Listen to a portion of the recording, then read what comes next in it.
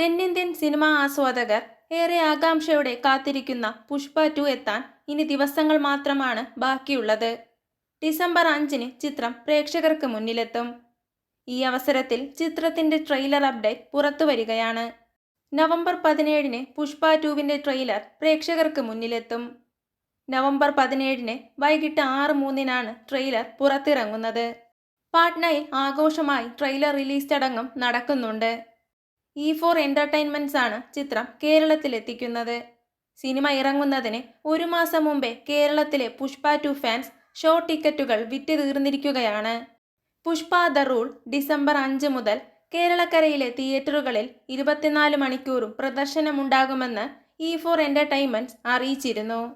തിയേറ്ററുകൾ തോറും ഇതുവരെ കാണാത്ത വിധത്തിലുള്ള ഗംഭീരമായ റിലീസ് മാമാങ്കത്തിനാണ് നിർമ്മാതാക്കളായ മൈത്രി മൂവി മേക്കേഴ്സും സുകുമാർ റൈറ്റിംഗ്സും പദ്ധതിയിടുന്നത്.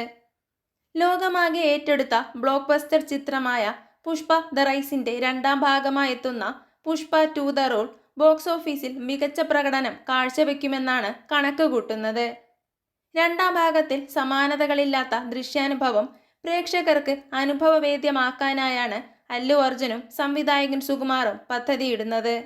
ആദ്യ ഭാഗം 2 ദേശീയ ചലച്ചിത്ര പുരസ്കാരങ്ങളും 7 സംസ്ഥാന ചലച്ചിത്ര പുരസ്കാരങ്ങളും നേടിയിരുന്നു.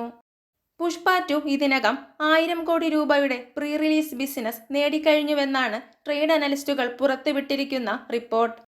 റോക്ക് സ്റ്റാർ ദേവി ശ്രീ പ്രസാദിന്റെ സംഗീതവും അതിശയിപ്പിക്കുന്ന ദൃശ്യങ്ങളും തികച്ചും പുതിയൊരു കാഴ്ച വിപ്ലവം തന്നെ തീർക്കുമെന്നാണ് ഏവരും കണക്ക് കൂട്ടുന്നത്. ചിത്രത്തിൽ അല്ലു അർജുന് പുറമെ രശ്മിക മന്ദാന, ഫഹദ് ഫാസിൽ, സുനിൽ, ജഗപതി ബാബു, പ്രകാശ് രാജ് തുടങ്ങിയവരാണ് പ്രധാന കഥാപാത്രങ്ങളായുള്ളത്. രണ്ടാം ഭാഗത്തിൽ എന്തൊക്കെ ട്വിസ്റ്റും ടേണും സംഭവിക്കുമെന്നാണ് ഏവരും ഉറ്റുനോക്കുന്നത്. കൂടുതൽ സിനിമാ വിശേഷങ്ങൾക്കായി ചാനൽ മറക്കാതെ സബ്സ്ക്രൈബ് ചെയ്യുക.